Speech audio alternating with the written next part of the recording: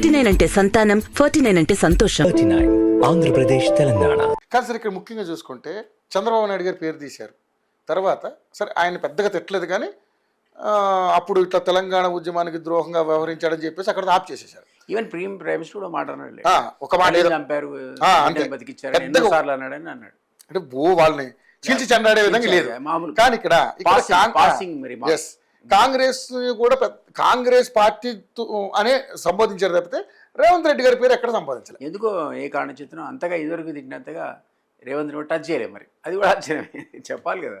ఇప్పుడు కానీ మనకు కూడా తెలుసు కంపారిజన్లో 10 years వాళ్ళకు బంగారు పల్లెల్లో తెలంగాణ అప్పచెప్తే అద్భుతమైన పరిపాలన అందిస్తారనుకున్న టీఆర్ఎస్ బీఆర్ఎస్ ఫెయిల్ అయిందనే కదా ప్రజలు తిరిగి కాంగ్రెస్ వైపు చూశారు.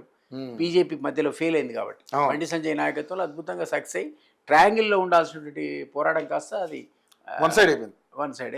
ఈయన పక్క జరిగిపోయాడు బీజేపీ. అందువల్ల వచ్చిన సందర్భంలో రేవంత్ రెడ్డి మనం ఎన్నోసార్లు అనుకున్నాం అడ్వాంటేజ్ వచ్చి లిఫ్ట్ అయ్యి వచ్చాడు. వచ్చి ఈయన కూడా ఉద్ధరించింది ఏం లేదా మనం అందరం అనుకున్నాం. ఆయన అవినీతే ఈయన అవినీతే. నేను గతంలో కూడా చెప్పా ఉన్న దేవుడు ఎరుగు వచ్చే 6 మంత్రులు ఎక్స్పాన్షన్ సంగతి. ఉన్న 6 ఉన్న 4 అవినీతి పనులను ఓపెన్ గా మీడియా చెప్తోంది. తీసిపారే వాళ్ళని తీసేసి తెలంగాణ సోయితో పరిపాలించాలని ఎన్నోసార్లు. తెలంగాణ సోయి అవసరం. తెలంగాణ వచ్చింది ఎందుకు అసలు 1200 మంది ఆత్మ బలిదానాల మీద ఏర్పడే తెలంగాణలో ప్రభుత్వాలు తెలంగాణ సోయితో పరిపాలించకపోతే ఏం జరుగుతాయో కళ్ళెదురుగా టీఆర్ఎస్ చూపిస్తోంది. వాళ్ళ తెలంగాణ సోయిని కోల్పోయాయి కదా, అధికారం కోల్పోయారు. అదే కేసీఆర్ ఆ తెలంగాణ సోయితో పరిపాలించుంటే ఆ బంధువులను పక్కకు పెట్టి ఉంటే తెలంగాణ మనం అనుకున్నటువంటి పద్ధతిలో ఆకాంక్షలకు అనుగుణంగా ఉంటే అసలు మీరు ఇంకో 20 ఏళ్ళు అధికారంలో ఉంటారు, ఎవరు ముట్టుకునేవారు గారు. జరగలే. కాంగ్రెస్ కూడా అదే పని చేస్తుంది.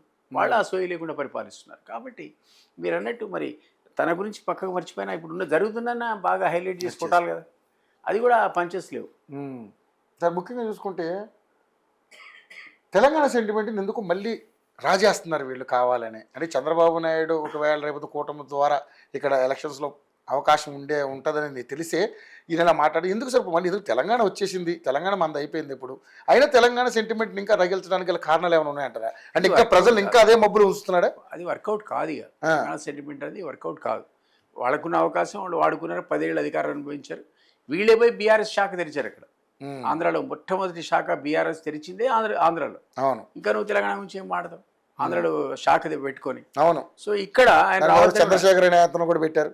ఆయన రావడానికి మీరు గతంలో రేవంత్ రెడ్డి మీద ఉన్నటువంటి సదభిప్రాయమో ఆయన మీద ఉన్నటువంటి ఏదైనా కావచ్చు సింపతి నాకు తెలియదు కానీ చంద్రబాబు గారు ఇక్కడ పోటీ చేసి ఉంటే ఆ కాంగ్రెస్కి వచ్చిన 4-5 సీట్లు కూడా వచ్చేవి కావు.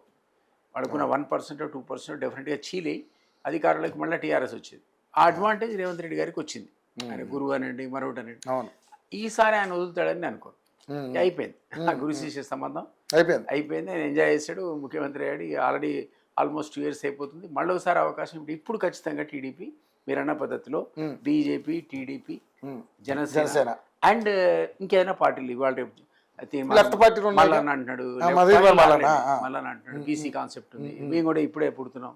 1 2 సీట్లు మాకు ఇచ్చిన అంత ఒక కూటమి మహాకూటమి ఎమర్జ్ చేయడం అవకాశం ఖచ్చితంగా ఇక్కడ ఉన్నది. ఈసారి మీరు పోటీ చేస్తున్నారు? చేస్తా డెఫినెట్లీ. ఏం చేయను, పిల్లలు నిలబెడతా. మీకు చెప్పా కదా ముందు స్థానిక ఎన్నికల్లో బీజేపీ అలయన్స్ సీట్లు ఆడడానికి ఖాయం.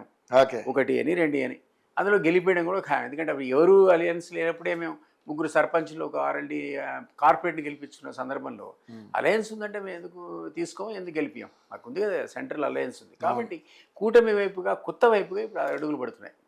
కొత్త వైపు. ఎందుకంటే అది బీజేపీ ఉండాలి అనుకుంటాం. ఎందుకంటే కాంగ్రెస్కి ఒకసారి అధికారం ఇచ్చారు, ఇంకోసారి బీఆర్ఎస్ 10 ఏళ్ళు అయిపోయింది. నెక్స్ట్ ఆల్టర్నేట్ కోసం చూస్తున్న సందర్భంలో ఖచ్చితంగా బీజేపీ అనేది ఒక థర్డ్ ఆల్టర్నేటివ్ కింద లేదా కొత్తగా వచ్చే పార్టీ ఆల్టర్నేటివ్ కింద కనపడుతుంది. అది ఇంకా తీర్మానం ఇది రిజిస్టర్ చేయలేదు పార్టీ ఎంతమంది అన్న విద్యార్థులు రావచ్చు, ఏదో ఒకటి ఒక థర్డ్ ఫ్రంట్ అనేది ఈరోజు బీజేపీ ఆధ్వర్యంలో ఏర్పడితే దానికి ఈరోజు విజయావకాశాలు ఎక్కువ ఉన్నాయి. ఓకే. సో ఈ సభ ద్వారా నిజంగా మరి ఏంటి సార్, అంటే తన బలం ఎంత ఉంది నాకు తెలంగాణలో అని తెలుసుకునే ప్రయత్నం చేశాడని అనుకోవచ్చా కేసీఆర్ గారు? ఇంకా మేము ఉన్నామా అంటే మనుగడలో ఉన్నామా లేదా అని వచ్చిన దాన్ని బట్టి చూస్తే డెఫినెట్లీ టోటల్గా జీరో చేయలేం కదా మనం. మీరు ఎంత డబ్బులు ఇచ్చి ఎంతమంది ఇచ్చి ట్రాన్స్పోర్ట్ అరేంజ్ చేసినా గట్టిగా 1,00,000 మందినో 2 లక్షల మంది తీసుకురావడం అనేది అంత ఈజీ కాదు. ఈజీగా పట్టుకొచ్చాడు, అది చూపిస్తున్నాడు కదా కొంత ముందే స్టేజ్ మీద నాయకులు ఉన్నారు. నియోజకవర్గానికి 50 లక్షలు పంపించారు అని తెలుసు. డెఫినెట్లీ ఏదో వాడు సగం దీన్ని సగం ఖర్చు పెట్టినా జనం అయితే వచ్చారు కదా. ఆ పార్టీని అవుట్లెట్గా జీరో అనలేం, కానీ చేతులు ఆ స్థాయి తెచ్చుకున్నారు.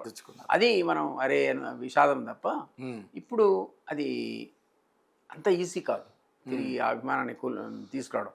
థర్డ్ ఆల్టర్నేటివ్ క్రియేట్ అయితే మనకు ఉన్నట్టు ఇంకొకటి, అది కూటమి బీజేపీ +1 +2 ఏదైనా కానీ దానికి వచ్చే ఇంపార్టెన్స్ ఈ రెండు పార్టీలకు రాదు. ఎందుకంటే కాంగ్రెస్ అన్ఫార్చునేట్లీ డబ్బులు లేక, ఫైనాన్షియల్ క్రైసిస్, అవినీతి ఈ కారణాల వల్ల కొలాప్స్ అయింది. పబ్లిక్లో చర్చ వస్తుంది. సో దానివల్ల వాళ్ళు మళ్ళీ రావడం అనేది అంత ఈజీ. వాళ్ళే వెనక తగ్గేటట్లేరు అవినీతిలో. వాళ్ళకి అవకాశం మళ్ళీ రాదని వాళ్ళు చూస్తున్నారు. అవకాశం ఏమంటారు, దీపం ఉండగానే ఇల్లు చక్కబెట్టుకోవాలన్నటువంటి ఆ కాన్సెప్ట్ లో ఉన్నట్టు కనపడుతుంది. రెండోసారి 10 ఏళ్ళు గవర్నమెంట్ లో ఉండాలని ఆశ వస్తుందని ఆలోచన వాళ్ళకే లేదు. వాళ్ళు అడిగితే చెప్తారు అసలు మళ్ళీ వచ్చే సమస్య లేదు, ఇప్పుడు సర్దుకోవాలి. సో ఆ పద్ధతిలో ఉంది కాబట్టి కాంగ్రెస్ మర్చిపోండి. బీఆర్ఎస్ అంత ఈజీ కాదు. సో థర్డ్ ఆపర్చునిటీ మనం అనుకున్నట్టు థర్డ్ ఫ్రంట్కి వస్తుంది. ఆ ఫ్రంట్ ఏంటంటే లెడ్ బై బీజేపీ అంటున్నారు. ఎవరుంటారో కాంపిటెంట్లో మనకు తెలియదు కానీ